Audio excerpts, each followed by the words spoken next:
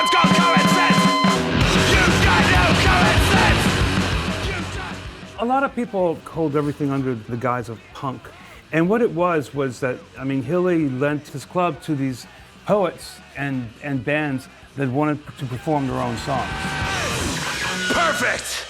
There was hardly any place, I would say, in America where you could do that. You were expected to play covers unless you already had a record deal. Everyone had gotten sick of the kind of corporate, kind of pinup doll that like they were shoveling out to everyone with really no message and nothing that related to any people, And then, so the audience was looking for something else as well. So yeah, that was the scene, I would say.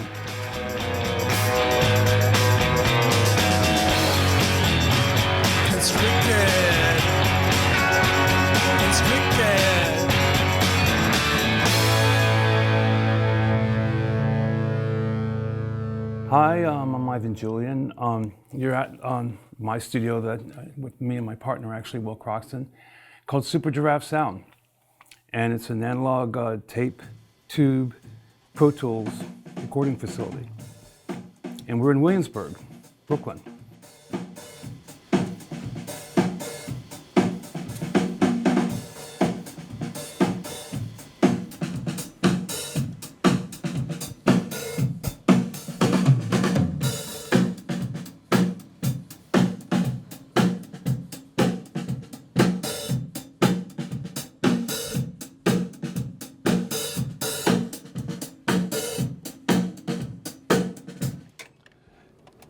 So yeah, drums in a room,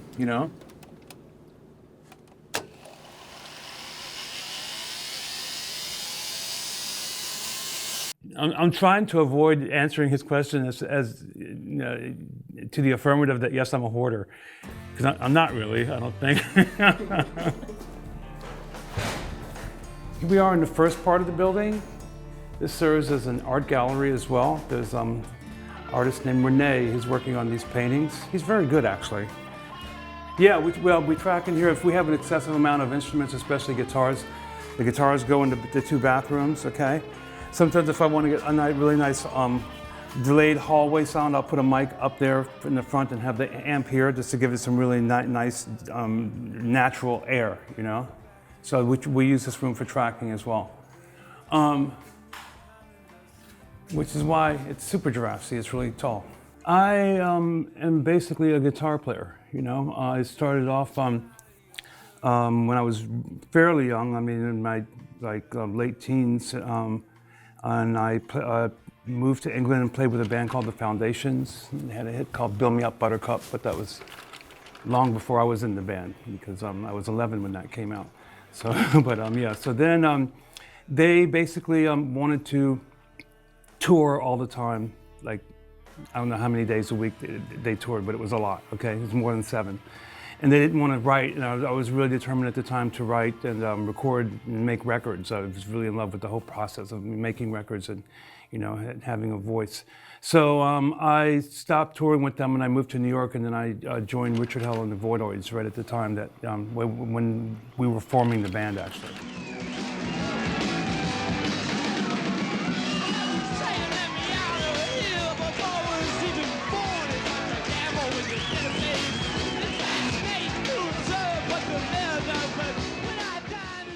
Since then, I've played with various people. Sandra Bernhardt, I'm on a Clash record. I played 6 years with Matthew Sweet, and so on and so on. This is officially the live room, okay? Here we have the baby grand piano.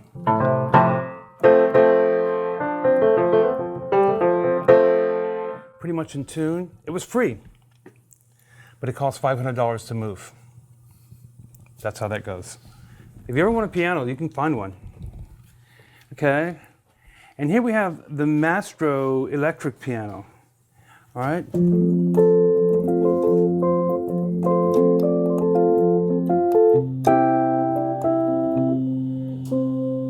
Nice, soft, nice tone. Actually, that's been used on several records, and it just sounds unique. I like organic sounding things. That along with the harmonium, okay, that you pump. I'll show it to you later. You pump and play, all right? And that brings me to also, I'm just going to take you around the room and some of the instruments we have here that we use pretty much all the time. The boo-boo tarang, okay? Both, actually, the harmonium and the boo-boo tarang come from India. I think it's argued that the Indians got it from the Japanese, but anyway, it's just called the boo-boo tarang, which translates into nightingale, unless I play it.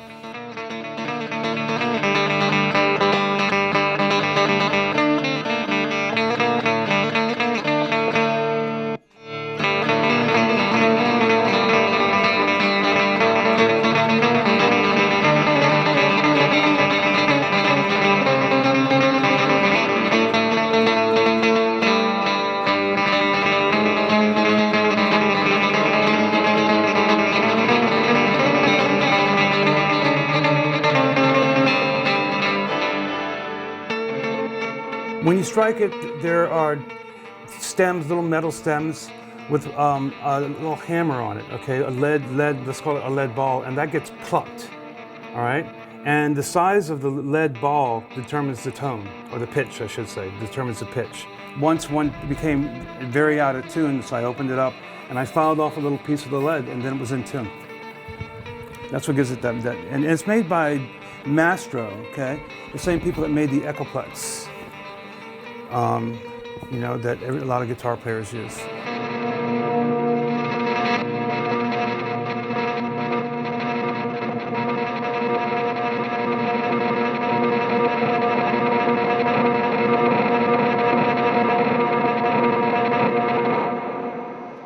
You know, it's hard for me to realize how young I was because Richard recently reminded me that I was 20 when I joined the Voidoids. You know, I mean, I had this obsession, let's call it, that I had to make a record by the time I was 21, or it was all over for me. It was just, you know, finished. I've always been interested in the aspect of production. I mean, what drew me to it was the snare sound in the Stone song, "I Can't Get No Satisfaction." I was obsessed with the sound. I thought, how do they do that? How do they get that crack? How is it so predominant in the song? And how does it almost dictate, you know, what the song's about? So the first time I was in the studio was with the Foundations. I mean, they were just doing light things on overdubbing on something. I didn't really do anything in there, but that was my first time around a mixing board. And after that, and I saw how, and gradually each and every time I went into the studio, and especially with Richard, because that was my first real-time recording, I just noticed how things went. And I kept getting told, no, you can't do that, you know? And that's what really also kind of made me decide, okay, I have to get from behind the guitar or with the guitar and, you know, get behind the mixing board and do things that I want to do. And what really inspired me was when I went to Motown Studios in Detroit. And you go there, I mean, it's not, I mean, of course they're not there anymore, I mean, they're in LA, but this is where all those hits were made. And you go there and it's a room smaller than this. It's a room half this size with a mono tape recorder, an amplifier that everybody plugged into. The bass and the guitar all were playing out of one amp. And it was so small that they had to put the strings sometimes in the backyard. And I thought, if they can make those records in this kind of condition, then, you know, I can at least try. You know what I mean? It's like I don't need a big fancy, you know, soundproofed room, so to speak. I mean, I could at least try. So, yeah, that's what really made me decide that it was possible.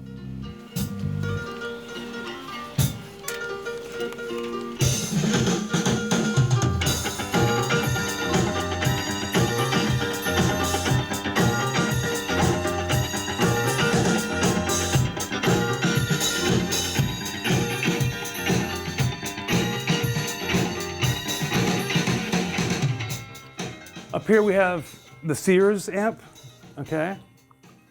The Sears Silvertone, all right? There's a Silvertone guitar around here somewhere too. And these are all, I mean, none of these things are quadruple expensive. They're just, you know, things that you can acquire and find for not that much money. This has a great tremolo. And then there's a 007 amp and a 008 amp. Small tube amps. They give you a nice earthy sound. Yeah. Whoever knew that there was a 007 and a 008? And then we have the magnetone here, okay? This is a magnetone M10. These are pretty sought after because they have this really great, it's not just a tremolo, but it's actually a real vibrato that happens inside of it. And it just has a really great tone. I mean, nothing sounds like it. And as a matter of fact, the top is plastic, or this old style plastic, and you can hear it in the sound as opposed to it being a wood, amplifier. You can hear the plastic resonating,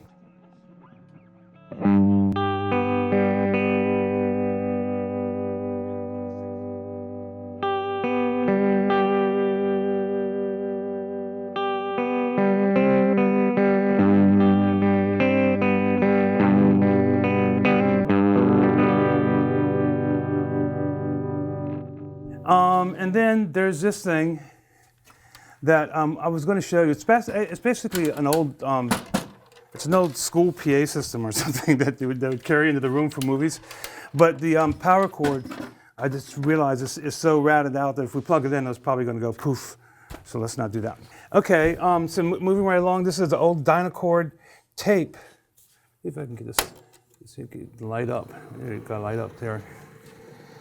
I want to show you see that little thing in the front there? Woo! And that closes as sound comes in. It goes like that. And there's no tape echo / reverb.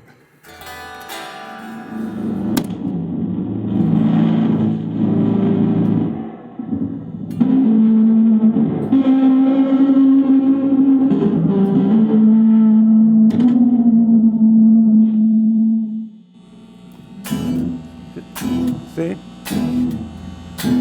It just tells you, and when the those are actually neons on spaces. It's a neon tube inside, and then when they come close together, it tells you that you're playing too loud.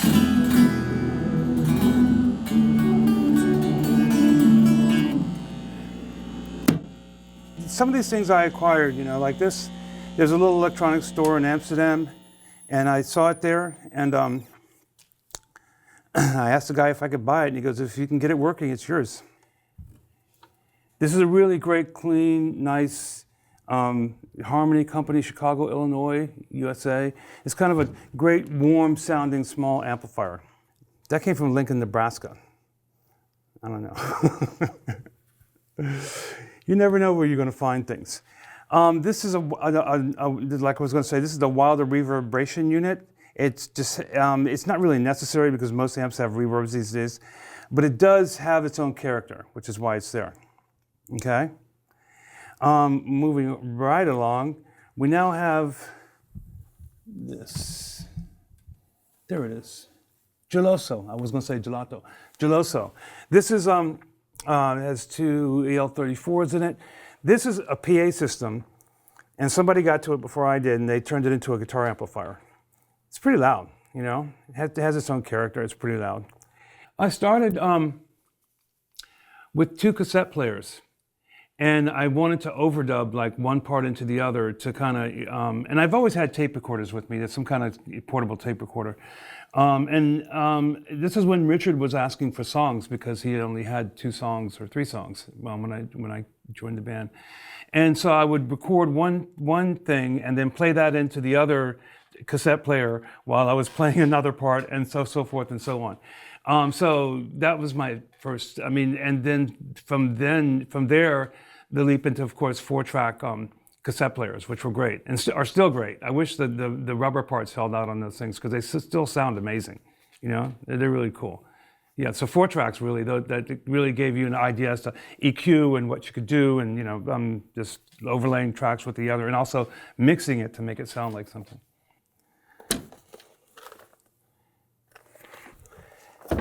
Now, like I told you, I make things sometimes. And these I haven't found a home yet but I think I'm going to. These are VU meters from a German U-boat. No, really? Yeah.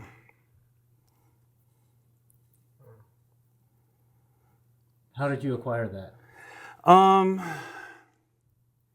Can't say. No, seriously. I have a supplier This guy Richard Matthews, where you buy tubes, because when you get into this kind of stuff, you have to be able to buy things. I mean, without eBay's help and all of their fees and everything. And he has this giant warehouse full of this kind of stuff, you know. And I'd go in to buy tubes, and I'd look at them, and you can see it's all in German there, you know. It's like see that, yeah. You know. But it basically still works the same if you learn to read where 0 dB is, which I guess is right there. So anyway, yeah.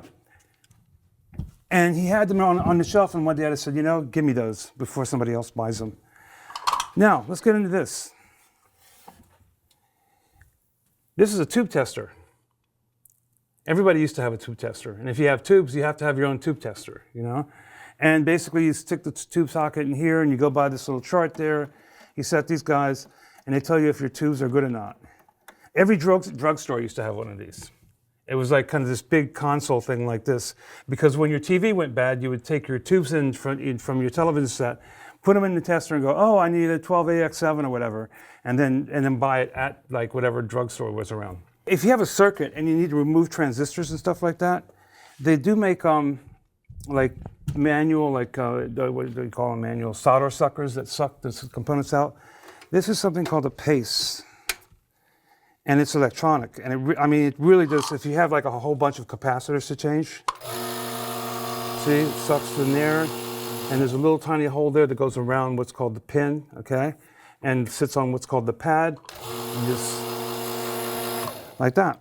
It looks like 1970s. I can't really tell. I'm sure somewhere, but I think Pace is still in business as well, because you know if you, but see, there's not a lot of need for this anymore because so many circuits are made to be thrown away. You know, it's like once it's done, it's like you just buy a whole new board. You don't bother changing out the capacitors because everything is so tiny. This is good. I'm good. Isaac, do you want to play it? Sure. Everyone, this is Isaac. Isaac's the intern at the studio. He actually dug this out from up there. It's an old family. It's buried in the backyard. He dug it up. Type, you know, organ that a lot of people used to have in their house. But then again, these things have character, and this could be like, you know, the intro to a song.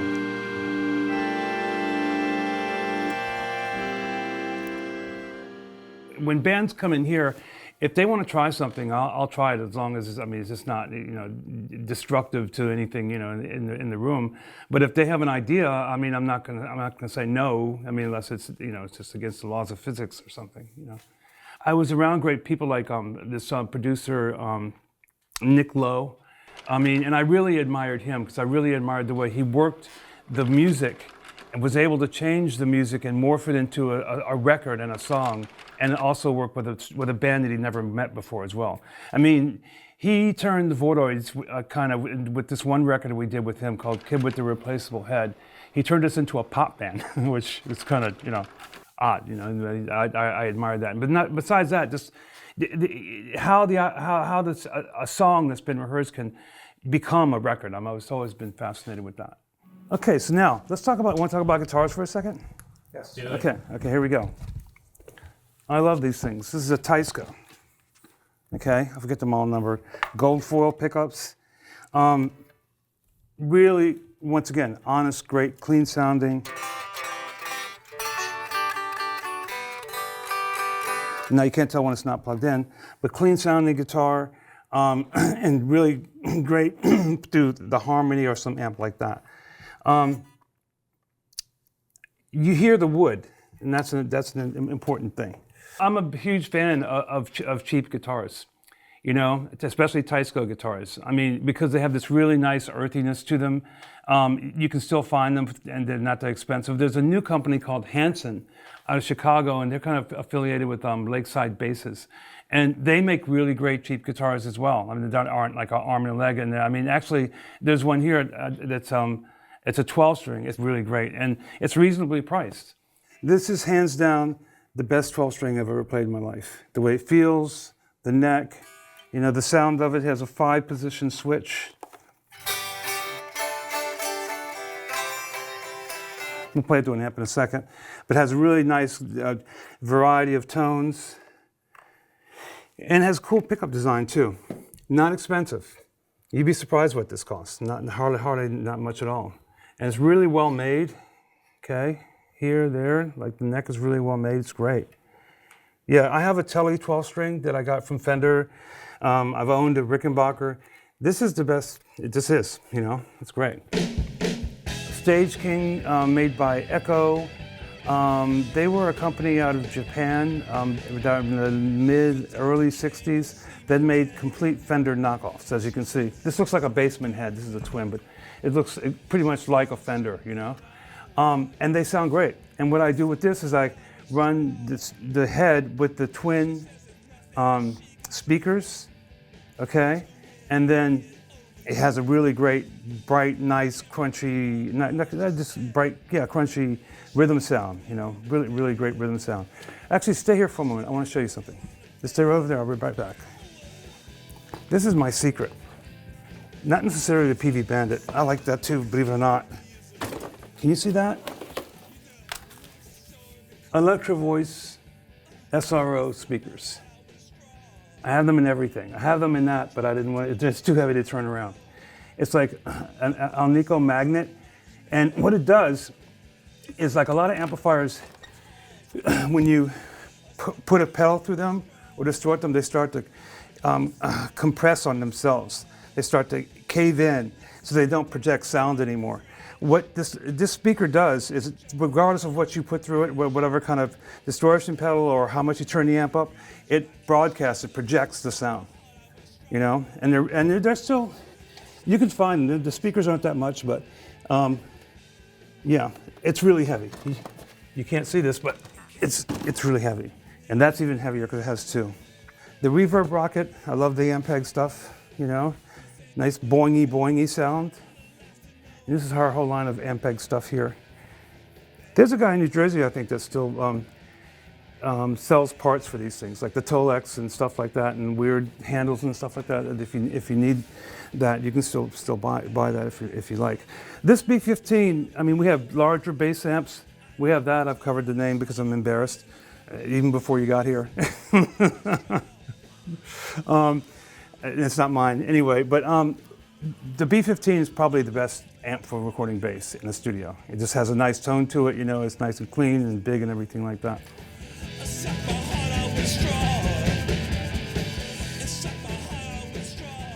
I produced the Hunks and His Punks record. That was really, really great for me.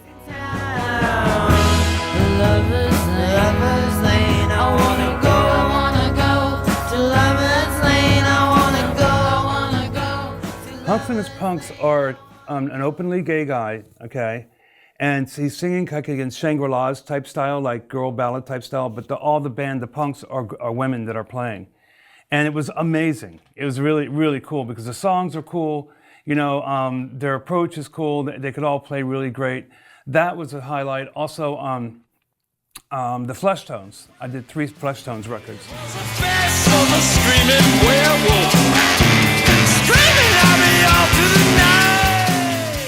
And that was amazing too because they've been together so long, you know, and they kind of just are so intuitive that they come in and they just play great music. It's like, this, I mean, hardly any overdubs. It's just there, you know. I mean, so those are really some things I remember. Yeah.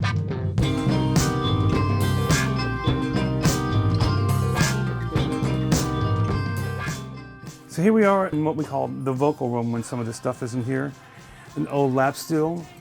That's what we like that. This is our newest addition. It's a Vox Continental Baroque that we're working on and refurbishing so that, you know, just bring life into it and have people play it and use it on stuff, you know? I don't have any Vox organs, but it kind of came at a good price and, you know, so actually, and there it is. I don't know that much about organs and their price because I don't deal with them, but I've seen these on eBay for like $5 grand. You know, I mean, granted, it does need work. It needs almost complete recapping, and it stopped working on me for a while, and I got it up so it's functioning. But it's going to take like, I don't know, 4 or 5 hours work to actually get it up to snuff.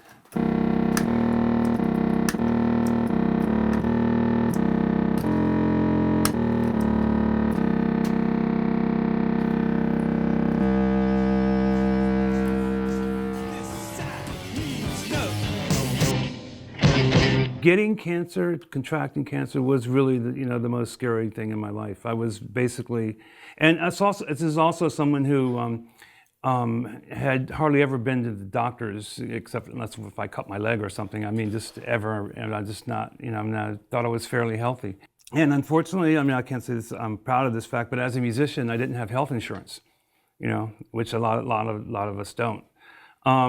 And I navigated through that, and with help, my friends' help, I navigated through that.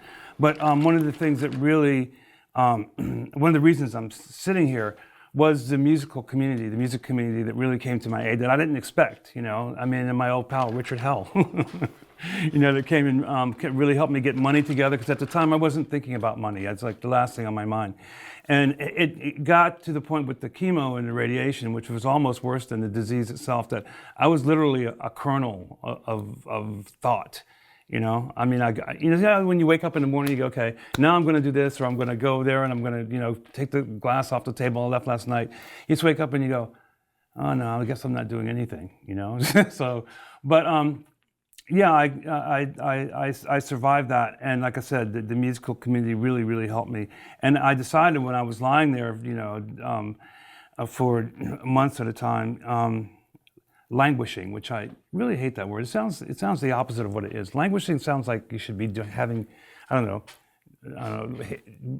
breeze flowing through your hair or something. But anyway, I said, okay, if I ever get through this, I'm just going to make as much music as I possibly can. It's all the time, I mean, I'm going to record. And more importantly, I'm going to make my own albums and record them as well. It's been like this for many days, as if the candles of our love have blown away. Once there was passions there. I want to tell you a story. Hold on. Okay. You might know this story.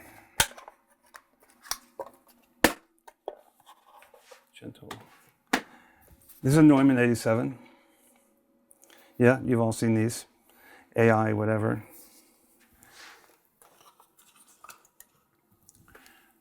This too is a Neumann 87, more or less. Okay? This is a Gefell RFT. Now what happened is this. Neumann, as we know, made mics for the Nazis, okay? And Hitler said, basically, you're coming into Berlin and you're working for me. And what do? You go work for him. So he leaves his factory in Gefell and starts a factory in Berlin, okay? But the factory in Gefell is still making mics pretty much the same. But then the Iron Curtain happens, and he can't get to his factory in Gefell anymore. So they start making mics on their own that are equally as good as these, fifth the price. But this is basically a Neumann 87, but it's made in Gefell, Germany, which is a little village, as opposed to these that have become famous. I like this thing. It has a lot of character, and it's also interchangeable. It says another capsule that comes with it, this kind of a straight capsule that you can use for acoustic guitars or whatever. Everyone was on about Reslow mics. And I guess because the Beatles were we used them in Hamburg or something like that. But there's different models of Reslows. And there's this model of Reslow, where's the front? The front is here. See that? I mean, it's a ribbon microphone, by the way. This is a ribbon mic. And I read some specs and I put a transformer on it. I used to have a lot of transformers.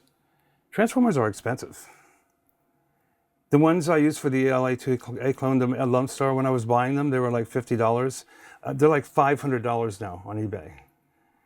Because the new, what is it called? UA, the reissue stuff, doesn't have those transformers.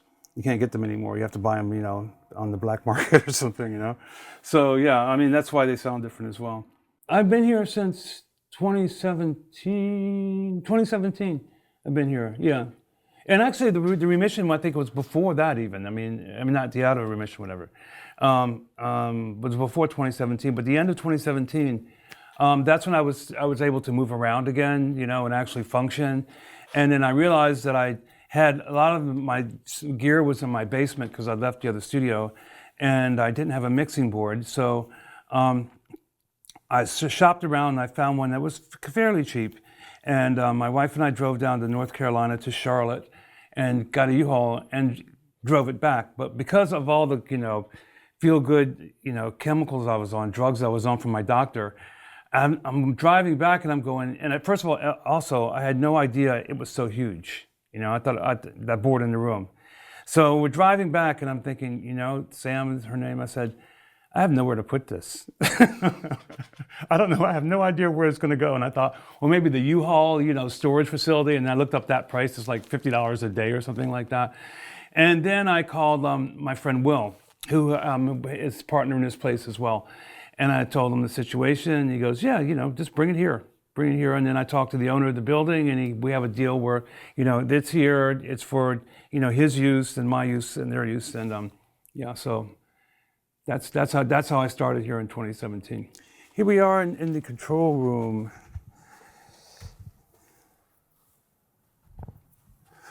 You can see here, using the Rainbow machine. Well, the board came once again from a trip down to North Carolina to Charlotte, and it's the reason why I'm in this space, because I had no idea it was going to be this huge.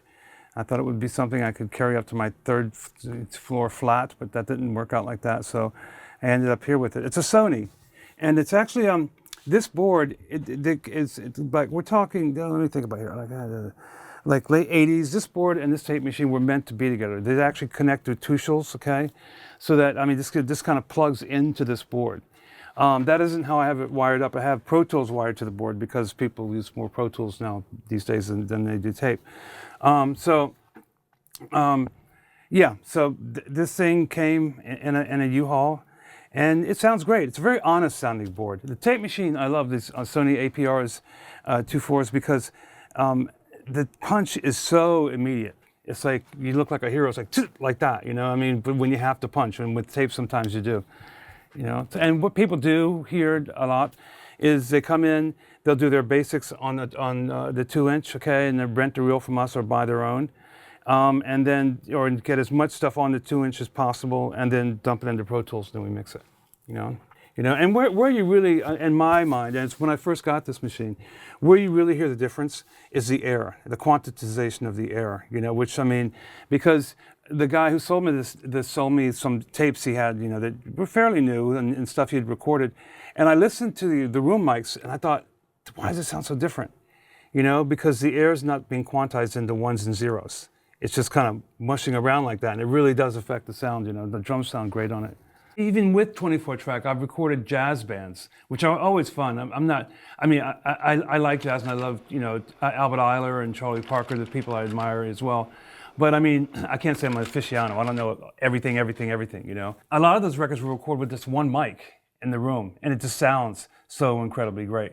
You know, I'm a fan of recording, you know. I mean, we have a preamp in the other room, on Ampex preamp, these were the preamps that they used for the tape recorders, and they were mono, okay? And this one came from Capitol Records.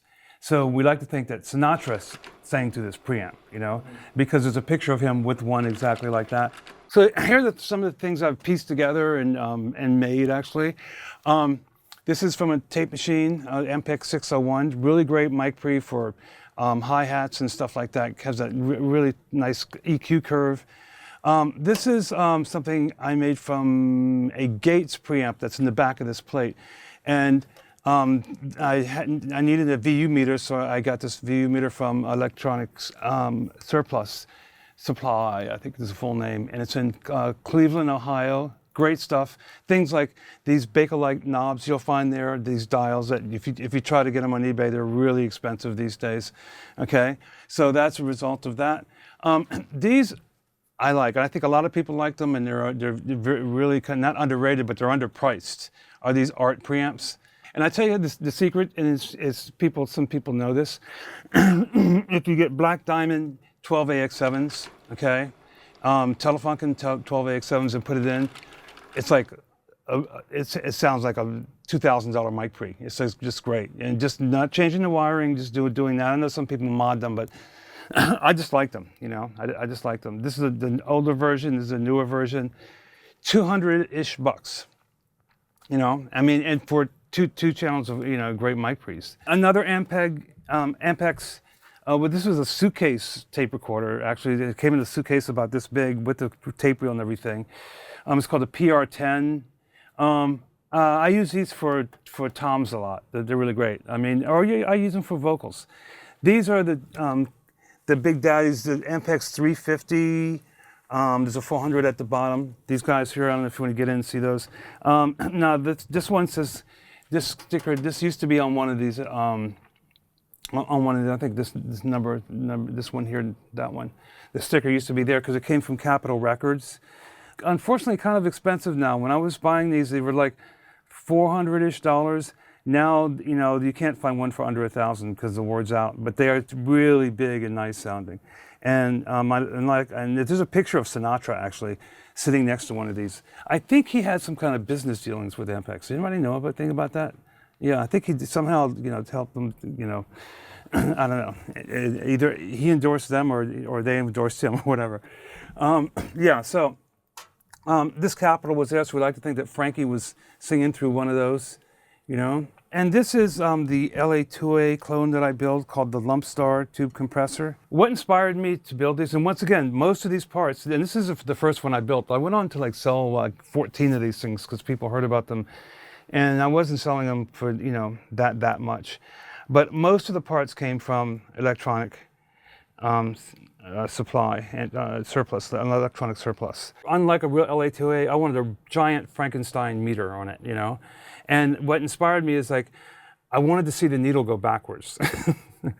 And also these things have a tendency to distort the louder you turn them up. So I thought, I can build that. You know, I can make something that makes noise. And with Bakelite knobs, I wanted this really cool things. That these switches, the limit compress switch came from NASA because there was a guy outside of Philadelphia, and his name really was Fred Chassis. And he had a thing where he would go down to NASA and buy all the electronic parts and extract the gold and then sell that. But meanwhile, he'd have, I got this from him as well. He'd have all this great audio stuff around. Right now, I'm in the process of mixing something that was done here like the other day, and I'm using the Rainbow, I think, on the acoustic guitar. It's doing something really great, you know. And I find if I mix it in with the acoustic or normal sound, it does great things. Here's a guitar dry.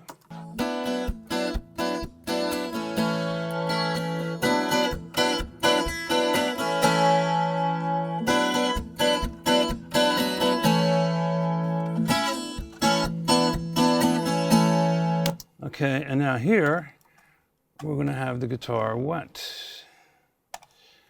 Let's see how it sounds differently.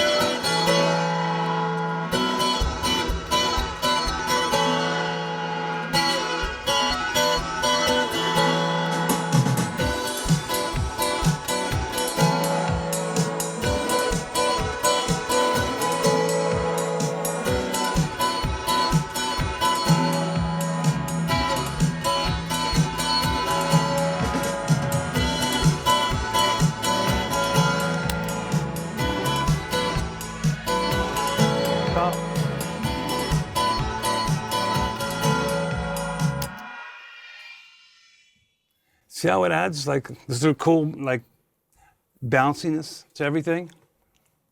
It's great. And that's just one of the things you can do with it. When bands come in and they go, oh, I want a wild sound, or I want this kind of sound. I said, there's the pedals, you know. And then one guy came into, this was like a month or so, maybe 2 months ago. And they wanted a wild organ sound, and I put it through the data corrupter. And here's what we did, okay? And here's what happened with that. Something to forget about. It got me down. Got me down. Now this is an organ going through the data corrupter. And now I see. And now I see.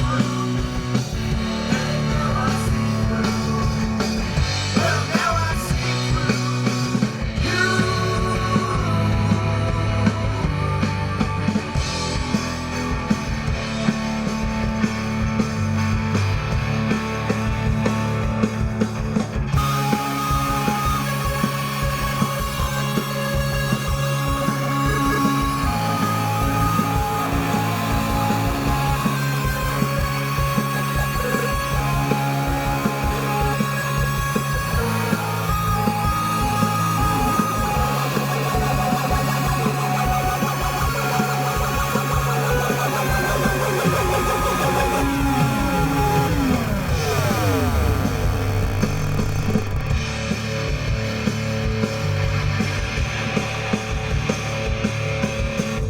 But now it's Yep.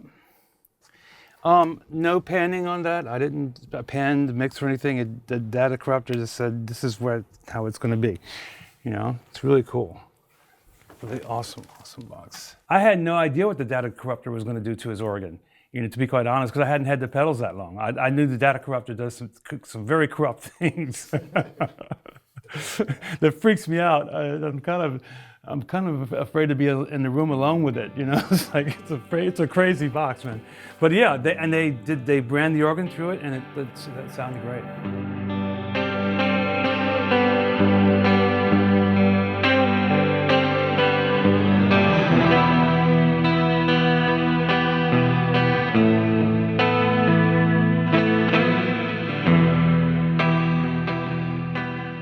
When you get a new instrument or a new organ or a new amplifier, write a song immediately when you don't really know how to use it, you know? And instead of sitting there and figuring, just write something. And I've had that happen several times. What happens is the creativity is happening right there.